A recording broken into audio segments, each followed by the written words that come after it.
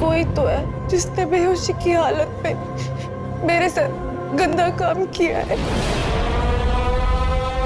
जहां आश्रम चैप्टर 2 के रिलीज होने पर फैंस काफी खुश थे, वहीं इसके अधूरे रहने की वजह से काफी दुखी भी थे। अब उन्हें चैप्टर 3 यानी सीजन 2 का एक बार फिर से इंतजार करना पड़ेगा। जहां पर चैप्टर 2 चैप्टर 1 की तरह ही फैंस को खूब पसंद आया, तो वहीं ये चैप्टर 2 अपने साथ कई क्वेश्चंस भी लाया है, जिनमें से एक क्वेश्चन है कि पम्मी खुश होकर बाबा का डर्टी प्रसाद क्यों चखना चाहती थी, क्योंकि उससे पहले तो उसने बाबा का विरोध किया था। दरअसल हुआ यूँ कि बाबा के द्वारा पम्मी पहलवान का गलत फायदा उठाए जाने पर पहले तो पम्मी बाबा का विरोध करती है और बाबा को धमकी देती है कि वो उसकी सल्तनत को तबाह कर देगी, उसकी काली सच्चाई सबके सामने ले आएगी। पर पम्मी ऐसा तब कर पाती जब वो आश्रम से बाहर निकल पाती। बाबा ने पम्मी को खतरा समझकर बेसमेंट में बंद कर दिया, लेकिन कुछ दिन बाद ही बाबा ने पम्मी को डराने के लिए एक चाल चली। पम्मी अपना मुंह न खोले इसलिए उसके पिता का एक्सीडेंट करवा डाला। ये एक्सीडेंट इतना भयानक था कि पम्मी के पिता कोमा में पहुंच गए और जब पम्मी को इसके बारे में पता चला तो वो हॉस्पिटल पहुंचकर अपने पिता की ऐसी हालत देखकर बाबा से माफी मांगती है और अपना मुंह बंद रखने का विश्वास दिलाकर बाबा से अपने खेल की ट्रेनिंग के लिए भी परमिशन ले लेती है। पर पम्मी अंदर ही अंदर कुछ बड़ा प्लान कर रही थी।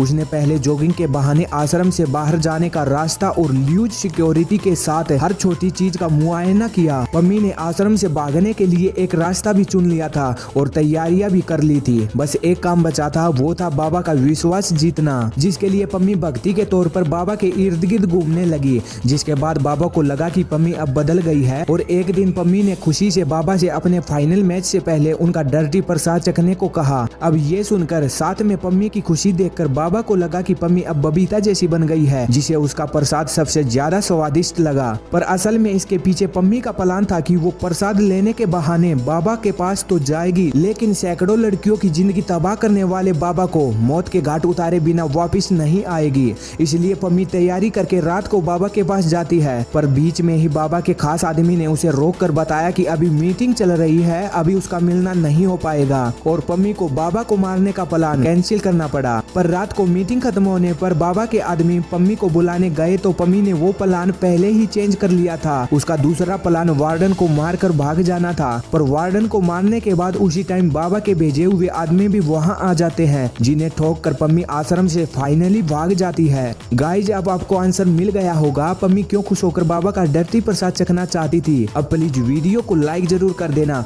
और हमारे फिल्मी टीवी चैनल पर जो व्यूवर्स नए हैं वो चैनल को सब्सक्राइब जरूर कर लें। अब इस वीडियो में बस इतना ही, मिलेंगे जल्दी ही अगली वीडियो में, तब तक अपना ख्याल रखना, बाय बाय।